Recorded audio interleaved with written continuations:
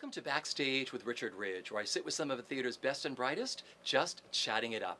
The musical phenomenon Wicked is getting ready to celebrate its 10th anniversary on October 30th on Broadway. There are currently 9 worldwide productions, and I'm here at the Gershwin Theater with the show's latest, Elphaba and Glinda. Please welcome Lindsay Mendez and Alli Mauzey. Yay! There's applause. How are you? Lots of applause. Yes. And for your new dressing room. I know. Can we talk about that? She got new carpet. I did. Sorry. I didn't.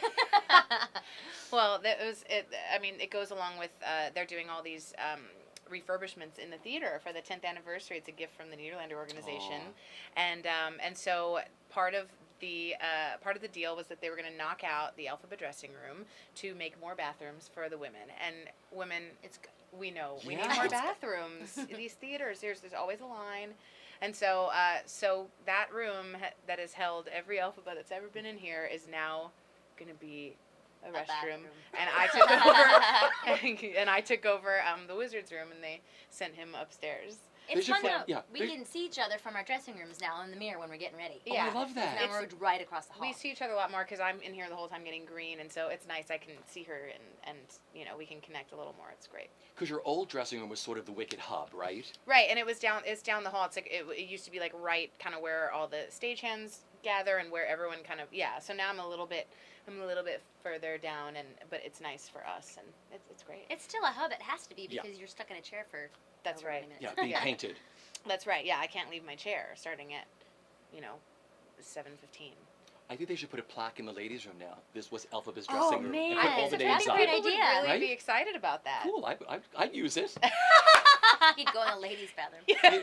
Right? Sure. So let's talk about. So you and I haven't spoken since you went into Wicked. Yeah.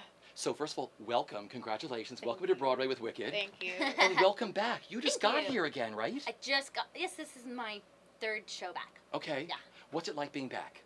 Awesome. It's fun. Yeah. This is a great group, and the energy's awesome because it's the anniversary, So, it's great. It's great. Did you two know each other before you started working together? Well, we met, but I don't remember if you remember meeting. We met here. Yes, but years ago, you said we did some radio thing, and you said hi, and you were so sweet. Oh, yeah. She doesn't even remember. No, I do. Wait, no, for Seth Rudetsky, right? Yeah. That's right. Yeah. No, that was a long time ago. But yes, but yeah. So we met them, but we had never worked together or anything until now. But we found out we grew up near each other. Yeah, we're from In the Southern same area. California, As is Derek, our Fiero. Isn't it great to find these things out? Mm-hmm. Yeah, it's pretty awesome.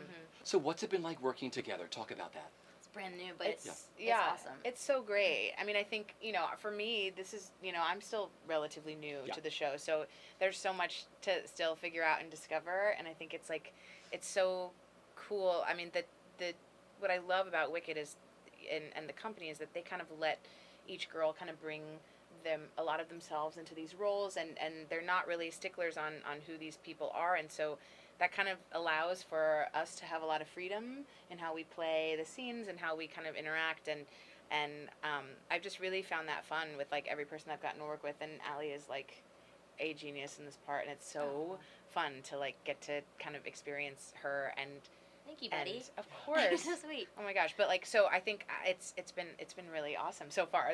Tonight will be our 3rd performance. I love that. It's going well. Yeah, it's fun. Did you sort of have a new put-in? No. They don't do that anymore, right? Well, I kind of had the option, and I was like, I personally didn't feel like I really needed one, and it's a little bit of a drag for the actors to have to come in, and do a put-in and stuff. So I was like, I think I'm fine. I did a rehearsal with all the principals and stuff last Thursday, and I was just here 4 months ago, so it was just popping back in. She just was She pops in, she pops out. Yeah, it's amazing because it's a big show, but I guess once it's in your body, you probably are like, oh yeah, I remember this. Definitely. I mean, my first night back definitely just didn't feel grounded yet, but we had a rehearsal yesterday, and that helped, and it's been really neat with Lindsay, who's new to the show, because I just feel like there's a lot of freshness and a lot of stuff I haven't seen in an Elphaba before, and that's made it really fun for me. So she's great too. Aww. See, I think there's nothing better than being on Broadway. Heck yeah. Yeah, right? Oh, yeah. Forget movies, forget TV. So is it a dream come true for both of you to be starring on Broadway in Wicked? Yeah. Definitely. Yeah, and even it's even more special like being part of this 10-year anniversary. I think like it even feels more special just to be on Broadway is cool, and then Broadway and Wicked is cool, and then Broadway playing Glinda for the 10th anniversary is like really cool. Yeah, and I think it's also there's something about this show. I mean, people come invested and stoked to see it every single night, and so even before we get out there, they're already thrilled that it's happening, and that is like it's just so priceless, and it makes you just really so excited to tell the story every night, and I think that is one of the really special things about this show in particular, and getting to play these iconic roles, but also getting to make them our own and really connect with the audience every night. I mean, it's so great. Because you're coming up to the 10th anniversary. I mean, Wicked is this worldwide phenomenon. 9 companies playing all around the world. Let's talk about the success of Wicked, why you think it's so successful, and why this show touches audiences so. I'm never happy with my answer because I feel like there's no words.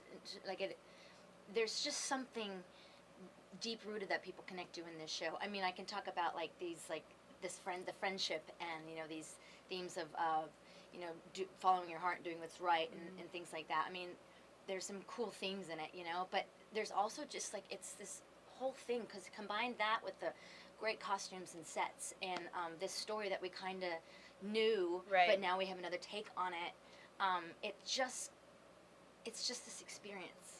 Yeah, I think you're right, and I also think the theme of investing in a friendship, and the theme of loss too, that I think really runs through the show. I mean, for both of the girls, and I think everyone can connect with that too, and I just think that like I said, people come in invested in these people, from the downbeat of the orchestra, and then this incredible, phenomenal show happens before them.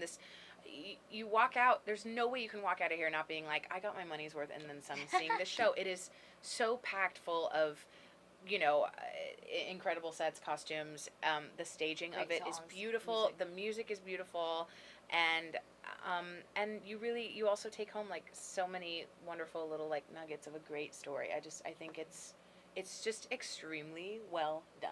Yeah. And you're getting ready. You two will be playing that 10th anniversary performance. How special will that be, and what does it mean to you? Has it sunk in yet? I'm nervous. Because you just got here. I mean. Yeah. I mean, I'm not nervous. Yeah, I'm just. I know that. It's a really exciting night for everyone who's ever been a part of Wicked, and I'm so proud and honored that I get to be here to do it. And you're gonna make me nervous now. I'm sorry, but I know that probably all the people who created it are gonna be here, and including the actors, and I just didn't know all that. Well, that's what I think. That's what that's what I've manifested in my own head, and so I just want to do them proud, and you know what I mean, and but it's also, like I said, it's just a big honor, and I think it's going to be a really fun night. I think it's going to be a really fun night because I think everyone's come to support the show that they love. Yeah. So I think it's going to be like a rock concert. It's going to be a Broadway rock concert. Right. It's going to be the most magical night. Yeah, it is. It is. It's going to be like an opening night or a first performance. Exactly. And how cool that in a show that's 10 years old, we get to have that. And you have it together. Yeah, it's going to be so awesome. Okay, so I want to talk about that first performance. So you have the longest history with Wicked, and you have probably the newest. Yeah. So what do you remember about that first performance on stage in front of a live audience with Wicked? What do I remember? Okay, Is it a blur? Was it surreal? Was your first performance here, or was it? It was here. Okay. My first performance went, you know what? It was a really special performance. It was during Broadway Cares, I remember, and Julie Murney was playing Alpha at the time, and she did the speech, and she was so gracious. She let everybody know that it was my first show, and it was so special because it was such a wonderful response from the audience, and so I felt very validated, Yeah. And as far as the show went, I think there's such massive roles, and there's such it's hard when all you get is a put-in, So I think I probably was in my head about a lot of stuff because you don't want to be in anybody's way. You don't want to be in the way of a set piece, and right. Yes. So. I mean, it was a good experience, but it definitely, my brain was working. Oh, I can imagine. But, like I said, at the end of it, it was so special that Julia did that, and it made me feel great about the show, the performance that day. What about your first performance? I was terrified. I felt ready, but there's no way to feel ready for, having to make that first entrance like by yourself. And I think yeah, I told people, please don't come, you know, and so they all came. It's always that way. I did the same Yeah. thing. I said, these are my preview performances. Yes. So I begged, but my friends and family, like, they could not help themselves. Oh, so I had that's- like 50 people here. Well, and I think the other really special thing for me was that Derek Klena went in the show with me, and we had done Dogfight together, and so we rehearsed together here, and we got to go in together, which was really special for both of us. And I think the first time I really like was able to be in the moment was when we did our duet together, when we did As Long As You're Mine. I finally like sat there with him and held his hands, and I was like, okay, we're here, and this is happening, and this is good, and I'm enjoying this. But until then, I did not enjoy it at all. I was like terrified, you know, and I'm just like, just please fly, just please, like, you know, and also that's the first time you hear the orchestra is when you're on stage in front of 2,000 people. So, I mean, and the orchestra sounds very different than the rehearsal pianist. So, I mean, there's like, this is good. yeah, I was like, oh, are those violins? What's down there? Like, I don't even know who's down there. It's amazing. And so anyway, it was a whirlwind. Yeah. I mean, it's terrifying. It just is terrifying. There's no way around it. But it's also really fun. And you come away and you're like, okay, nobody died. Yeah. And That's what I mean, said on really, Tuesday. you leave. You're Nobody like, died. nobody died. So that went well. And the great thing is, you know, then I had a matinee the next day. It's like, well, I'll try it again. Yeah. And so, but it's wild being put into a show. Because every star has told me those stories, but you're also good at what you do because we never see that as an audience member. Yeah, I remember Good. people Yeah. saying You're that. doing Like, well. I can't believe it was your first performance. And I'm like, really? Okay. Well, That's great. great. Yeah, good. Okay, now I want to talk about the first time you went green. What was that like, having the makeup put on? Is that like the best ritual that can happen? It Like, I'm is. getting the green makeup on. It was so cool to see myself green for the first time. It was like, oh, this is real, you know? And I think it helped me kind of, I looked at myself and I was like, oh my gosh, I look so different from how I normally look. And I think until then, I needed that last piece. I asked them to green me like a week early because I cool. felt like I needed that piece of it and to like digest it in rehearsal. And I was really glad I did it. It really, something clicked inside me that was like, oh my gosh, like, because, and sometimes too, sometimes I forget I'm green even out there because I can't see myself, you know what I mean? I look out my I eyes don't. and I'm me. And Because I get green on my I hands. know you do. I know. It's okay. I sweat it off. I'm really sorry. It is all but, good. but sometimes I forget that I'm green, you know, but yeah, I really need that. It's so special and it's just so weird. You know, it's its own thing. And I feel like until you are one of these green women, you do not grasp the deepness of it. It's a lot. You know, because Adina told me, she said during her whole entire run, she told me, Richie, I wash it off, but it's always like stuff behind my ears. Oh, She yeah. finds it everywhere. You have it there. You do. Okay, the ears. That's what she was saying, the ears. And you get it all over your hands. Still a little bit. It's not loud. No, I know. Yeah, I yeah. love that. Yeah, and Did you probably keep my it that neck, way? I think too. that's really great. Well, it's stuck there. I mean, honestly. Yeah. Less for them to paint. I do wash. Yeah, totally. I want that on camera. You know, when Wicked first opened, I had the privilege of sitting with both Kristen and Adina to talk about creating these roles. So what was your process like for both of you with finding these roles, making them your own, and were there challenges?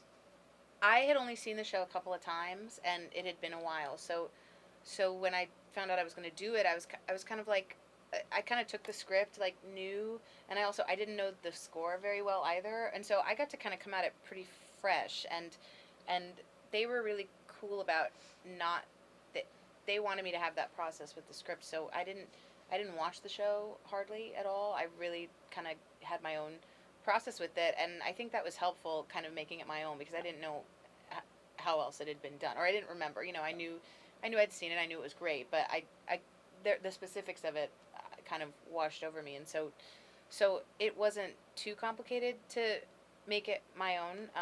But you know, I think then you're always like thinking, well, I hope that I'm still servicing the same story, and I hope that, you know, that people come after hearing the cast album or seeing the show with somebody else, you know, they're going to come in and see it done differently, and hopefully, you know, people still enjoy it. But that's the great thing about the shows, I think, you know, people really do. And I think that's why you can come back and see it again and again, because you'll take home something really different from each time you see it based on who's playing these roles. Sure. And Alli, for you? You know, the biggest thing that was a challenge at first, I think, was I needed to be in front of an audience to kind of figure out my laughs, you know, because like there is an expectation, you know, with popular and stuff like that, and I definitely felt pressure to a certain extent. I know fans are very opinionated about popular, you know, and what they come to see, you know. So I definitely, finally, like having an audience was nice, and then it took me, you know, some shows and stuff to figure out, okay, like the timing of it all and what's gonna like land, you know. Yeah. So having an audience helped me, I guess, with my process, and then. Other than that, I mean, Good evening, all. 7 o'clock at this time. I love this. Do front of house, please, for Flying Monkey rehearsal. Ooh. Ooh. Please bring Eo's harness to the deck. She will meet you there. Once again, wardrobe, please bring the harness to the deck. Thank you. I love that. They're always He's always rehearsing those rehearsing, flying right? monkeys Yeah. all the time. Yeah. Yeah. You know what I want to ask you? I know so many musical theater actresses who would love to take on these roles at some point. Mm-hmm. What was the journey like for you two with the audition process? Was it long to get these roles, or is there a wicked school for these two roles? There wasn't a wicked school for me. I originally auditioned in LA.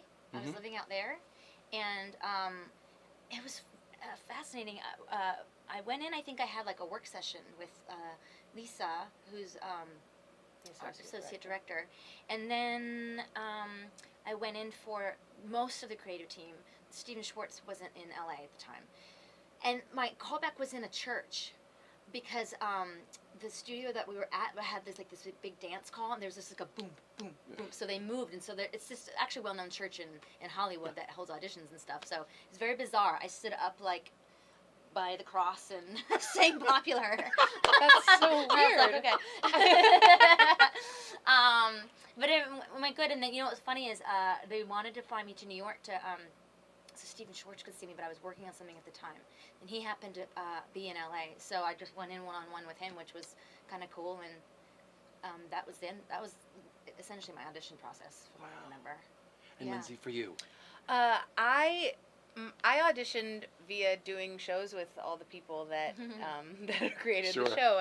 I worked with Steven on Godspell, and then right after that I worked with Joe on Dogfight, and so I think the stars just kind of aligned, you know, for me to do it. But it was never on my radar as a role. I never was like, oh, I'm gonna play Alpha, but I don't.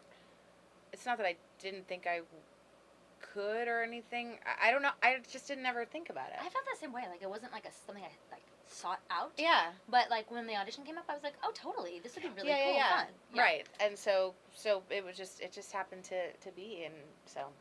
I think that's wonderful. You both have these amazing careers. Take me back to that defining show or role that changed everything for you. When, you know, people sort of sat back and said, wow, they're terrific, you know. Was there a defining show for each of you? You know, I did that show Crybaby, and I felt like that kind of put me on the map. Got some attention, you know, in a good way, and it's great. You know, I still get, you know, like offers for things based on like that performance, you know, Yeah. when people are like, will you come do this reading? And it's funny because I'm just like, oh, that character again, you know. But it's really neat. That was a game changer for me. You know, the show didn't do so hot, but it was a game changer for me. You know, it was fun too. It's called stopping the show every single night. Oh. That's what you do.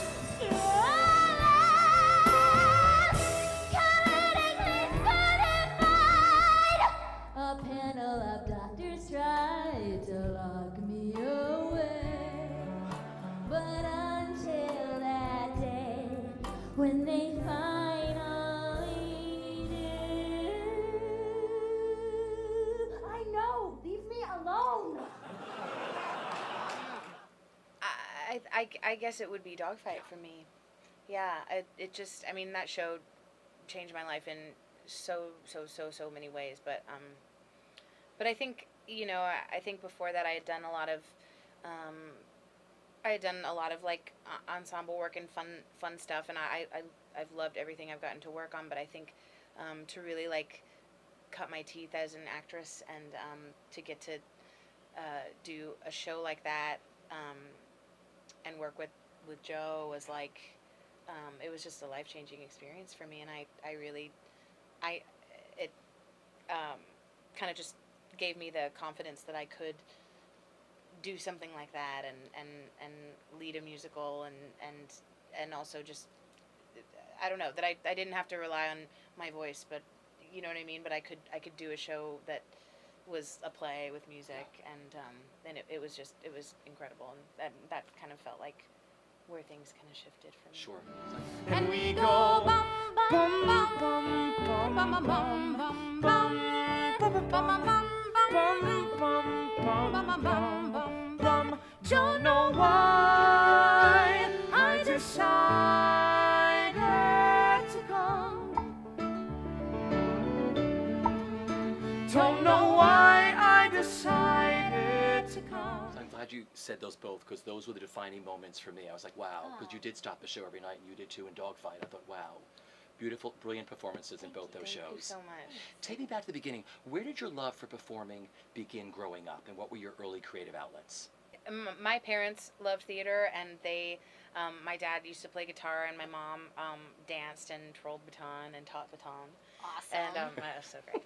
And so they put me into dance classes when I was a little girl, and we used to always watch musicals growing up, and I knew I loved it, and so my mom put me in voice lessons when I was like 6 years old, and I was doing theater regionally, because I grew up in Southern California, from the time I was like 7 all the way until high school, and then I went to Performing Arts High School in Orange County, and yeah, so I kind of always knew that I loved this, and once I was kind of finishing high school, I was like, I'm not really, I think I have to do this because I don't really want to do anything else. And that's always the test, right? Yeah. If you want to do anything else, you should do that. That's what they say.